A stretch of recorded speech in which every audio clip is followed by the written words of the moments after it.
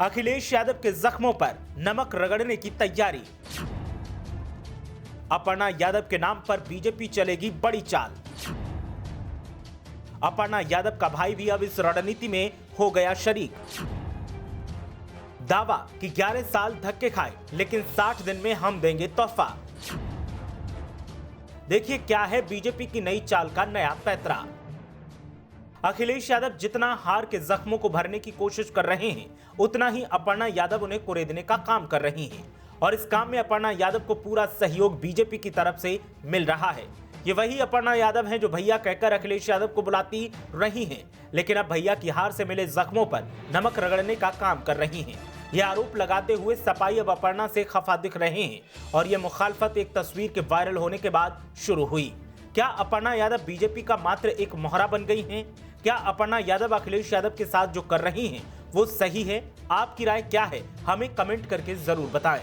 दरअसल बीजेपी समर्थकों का दावा है कि जो अपर्णा यादव 11 साल तक सपा में धक्के खाती रही और अखिलेश यादव ने सम्मान नहीं दिया, उनकी काबिलियत पर सीएम योगी 60 दिन में ही उन्हें तोहफा देने वाले हैं। और इसका संकेत तब मिला जब दिल्ली से लौटते ही सीएम योगी ने अपर्णा यादव से मुलाकात की। राम, योगी और मोदी के सहारे अपर्णा ने वो मैजिक कर दिया कि बीजेपी के हर स्तर पर अपर्णा का चर्चा आम हो गया है। सीएम योगी से मुलाकात का फोटो जब सामने आया तो पहली बार अपर्णा यादव के भाई अमन विष्ट भी सीएम योगी के साथ मुस्कुराते हुए दिखे। बीजेपी से जुड़े सूत्रों की माने तो अपर्णा यादव के सहयोग से कई सीटों पर बीजेपी ने निर्णायक जंग में फतह हासिल की और इसीलिए अब अपर्णा यादव को योगी कैबिनेट में मंत्री बनाया जा सकता है।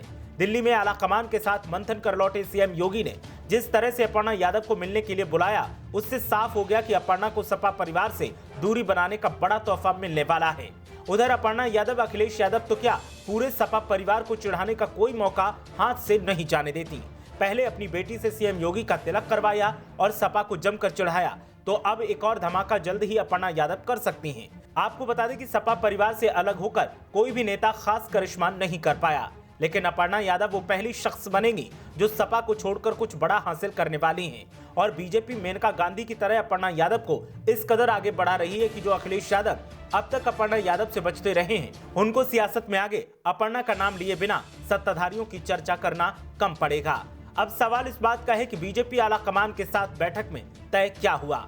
तो बीजेपी की रणनीति 2022 के बाद 2024 में फायदा हासिल करने की है और इसी के चलते बीजेपी अपर्णा यादव के सहारे सपा को कमजोर करने की पूरी प्लानिंग कर रही है। बीजेपी को लगता है कि अपर्णा यादव को अगर आगे बढ़ाया तो फिर सपा में रार के आसार बढ़ जाएंगे और उससे होगा ये कि सपा में जो नेता उचित सम्मान न मिलने से निराश हैं, वो बीजेपी की तरफ आएंगे और इससे सपा कमजोर होगी और फायदा बीजेपी कमा लेगी। हालांकि अपर्णा यादव को मंत्री बनाया जाएगा, इसकी चर्चा अब तक सिर्फ दावों में ही है। देखना यह है कि बीजेपी क्या वाकई अपर्णा यादव को मंत्री बनाती है या फिर जैसे टिकट नहीं दिया गया वैसे ही फिर से अपर्णा के साथ खेला हो जाएगा।